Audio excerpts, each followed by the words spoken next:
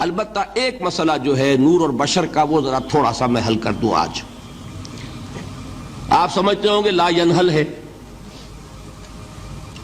میں نے جس طرح کہا تھا کہ امام بخاری کا قول بھی 100% درست اور امام ابو حنیفہ کا بھی 100% درست ثابت کیا کہ نہیں، اسی طرح میں کہتا ہوں جو حضور کو بشر کہتے ہیں وہ بھی 100% درست، جو حضور کو نور کہتے ہیں وہ بھی 100% درست. مطلب کیا ہے؟ دیکھیے ہر انسان کے وجود کے دو حصے ہیں، میں نے پہلے دن شاید کچھ بیان کیا تھا. ایک خاکی وجود اور اینیمل بینگ جو حیوان ہے ہمارا، ایک وہ روح ربانی جو اس میں پھونکی گئی. آدم میں جب وہ روح پھونکی گئی تب وہ مسجود ملائک بنے. فَإِذَا سَوَّيْتُهُ وَنَفَخْتُ فِيهِ مِن رُوحِي فَقَعُوا لَهُ سَاجِدِينَ. دو جگہ آئے تھے قرآن مجید میں ایک شوشے کے فرق کے بغیر، سورہ حجر اور سورہ صاد. جب میں اس کو پوری طرح تیار کر لوں اور اس میں اپنی روح میں سے پھونک دوں تو گر پڑنا اس کے سامنے سجدے میں. ہمارا جو خاکی وجود ہے وہ ظلمانی ہے، اور جو ہمارا روحانی وجود ہے وہ نورانی ہے. اس کی نسبت کس سے ہے؟ اللہ سے. بات سمجھ میں آئی؟ لیکن ہم نے اپنے اس نورانی وجود کو اپنے خاکی ظلمانی وجود میں دفن کیا ہوا ہے، اور محمد الرسول اللہ صلی اللہ علیہ وسلم کا وہ نورانی وجود آپ کے اس خاکی وجود پر اس درجے غالب تھا کہ وہ خاکی وجود معدوم کے درجے میں ہے، لیکن وہ حضور صلی اللہ علیہ وسلم پر اثر انداز نہیں ہو سکتا. وہی خاکی وجود ہے جسے ہم نفس کہتے ہیں. نفس غلبہ کر سکتا ہے محمد پر صلی اللہ علیہ وسلم. حضور کی شخصیت کی نورانیت نے آپ کی شخصیت کے خاکی وجود کا احاطہ کیا ہوا ہے. ہماری شخصیت کی ظلمانیت نے ہماری اس نورانیت کو گل کیا ہوا ہے، دفن کیا ہوا ہے، چھپایا ہوا ہے. بس یہ فرق ہے. انہیں آپ کہہ لیں نور، صحیح ہے، ان کی نورانیت غالب ہے. یہی بات ہے جو حضور نے اس طرح سمجھائی. دیکھو ہر انسان کے ساتھ ایک شیطان ہوتا ہے. اب کسی صحابی نے بڑی جرت سے کام لیا، پوچھ لیا حضور کہ آپ کے ساتھ بھی ہے؟ ہر انسان کے ساتھ جو کہا نا، تو انسان تو ہے آپ بھی، کیونکہ آپ کے ساتھ بھی ہے. آپ نے فرمایا ہے، لیکن میں نے اسے مسلمان کر رکھا. بات ختم ہو گئی. نفی نہیں ہے، وہ میرے تابع ہے، میرا مطیع ہے، مجھے گدن نہیں پہنچا سکتا. ہے تو صحیح، لیکن نہ ہونے کے درجے میں آ گیا کہ نہیں. یہ ہے فرق سارا. اور میں یہاں پہ کوٹ کرنا چاہتا ہوں ایک بہت بڑے بریلوی مکتب فکر کے عالم دین، صاحبزادہ، نام میرے ذہن سے ایک دم اتر گیا، فیض الحسن. اللہ تعالیٰ ان کی خطاؤں سے درگزر فرمائے، ان کی مغفرت فرمائے. آپ نے سنا ہوگا نا نام. انہوں نے ایک روز تقریر کی جو میں نے سنی، اور تقریر کہاں کی؟ ساہیوال میں.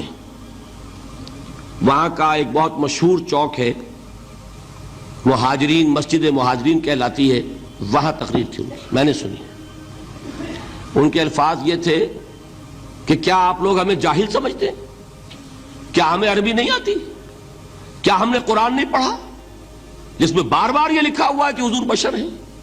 حضور بشر ہیں، لیکن اصل میں ہم حضور کی بشریت کو نمایاں کرنے کو سوء ادب سمجھتے ہیں. بات سمجھیے آپ نے، اس قدر پیاری بات ہے. انہوں نے کہا کہ آپ کے باپ کا نام کیا ہے؟ عبد الرحمن. آپ عبد الرحمن کہہ کے پکارتے ہیں انہیں؟ ابا جان. ابھی آپ نے وہ آیات سنی، حضرت ابراہیم نے اپنے مشرک باپ کو یا ابت، یا ابت، بڑا پیارا ترجمہ کیا. ابا جان، ابا جان. کیا نام لیں گے؟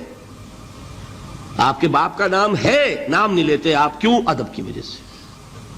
اسی وجہ سے ہم در حقیقت حضور کی بشریت کو نمایاں کرنے کو سوء ادب سمجھتے ہیں، ورنہ کوئی ہم جاہل ہیں، ہمیں عربی نہیں آتی، ہم نے قرآن نہیں پڑھا، ہم جانتے ہیں کہ وہ بشر ہے. بات سمجھ میں آئی؟ کتنی آسانی سے مسئلہ حل ہوتا ہے بشرطے کہ نیت حل کرنے کی ہو۔ آخر آمنہ کے بیٹے ہیں، عبداللہ کے بیٹے ہیں، عبد المطلب کے پوتے ہیں، بچپن آپ پر گزرا ہے، لڑکپن آپ پر گزرا ہے، نوجوانی آپ پر آئی ہے، جوانی آپ پر آئی ہے، شادی آپ نے کی ہے، اولاد آپ کی ہے۔ کون بے وقوف احمق ہوگا کہ جو آپ کی بشریت کا انکار کرے گا؟ لیکن یہ کہ جس طریقے سے اس کو بیان کیا جاتا ہے وہ ایک مسئلہ بن گیا اختلافی، وہ رد و قضا اور کھینچ تان، اور اس میں بھی سمجھ لیجئے مثلکم پر جو ایمفیسس بعض حضرات دے دیتے ہیں اپنے توحیدی جو ان کے اندر ایک مزاج ہے، اللہ تعالیٰ ان کے مزاج کو اور پختہ کرے، لیکن اس میں بھی مبالغہ کیا جاتا ہے۔ ایک حدیث مجھ سے سنیے جس میں حضور نے مثل کا انکار کیا ہے۔ مثلکم کا مطلب اگر کسی نے یہ سمجھا کہ بالکل ہم جیسے ہیں تو بہت بڑی مغالطے میں۔ حضور صوم وصال سے منع فرماتے تھے، خود رکھتے تھے۔ صوم وصال کیا ہے؟ آج روزہ رکھا، شام کو افطار نہیں کیا، وہی روزہ رات بھر چل رہا ہے، اگلے دن بھی چل رہا ہے، شام تک کو جا کے پھر کھولا تو 2 دن کا صوم وصال ہو گیا۔ اگلے دن بھی نہیں کھولا، چلا تو 72 گھنٹے کا صوم وصال ہو گیا۔ یہ کیا ہے؟ صوم وصال۔ خود رکھتے تھے اور صحابہ کو روکا۔ صحابہ میں سے کسی نے ہمت کر لی، حضور آپ خود رکھتے ہمیں روکتے؟ فرماتے ہیں ایکم مثلی، تم میں سے کون مجھ جیسا ہے؟ ابھی تو عند ربی، میں تو اپنے رب کے پاس رات گزارتا ہوں، ہوا یطعمنی ویسقین، وہ مجھے کھلاتا ہے پلاتا ہے۔ بتائیے کون ہے جو اس کا دعویٰ کرے گا؟ حضور کے خصائص ہیں۔ حضور خود فرماتے ہیں تم صرف سامنے سے دیکھتے ہو، میں پیچھے سے بھی دیکھتا ہوں۔ کہاں ہوا وہ مثلیت؟ اگر آپ نے بالکل اپنے جیسا سمجھ لیا تو بڑے مغالطے میں ہیں آپ۔ نبی کا مقام ہے، نبی کا رتبہ ہے، نبی کے خصائص ہیں۔ آپ سو گئے تو آپ کی نیند، آپ کی وضو ٹوٹ گئی اور نبی سو گیا تو کہاں گئی مثلیت پھر؟ مثل اس معنی میں کہ بشر ہیں، نسل آدم سے ہیں، اس میں کوئی شک نہیں، اس معنی میں مثل ٹھیک ہے، قل انما انا بشر مثلکم، لیکن ہر اعتبار سے تو نہیں۔ سب سے بڑا فرق یہی ہے کہ وہی آ رہی ہے، معراج پہ تشریف لے گئے ہیں، اس دنیا میں بیٹھے ہوئے بھی جنت کا مشاہدہ فرما لیتے ہیں، کرا دیا جاتا ہے، دوزخ کا مشاہدہ کرایا جاتا ہے، فرشتے کو دیکھ رہے ہیں۔ یہ چیزیں ہیں، اور پھر خصائص جیسا کہ میں نے عرض کیا کہ آپ پیچھے سے بھی دیکھتے ہیں۔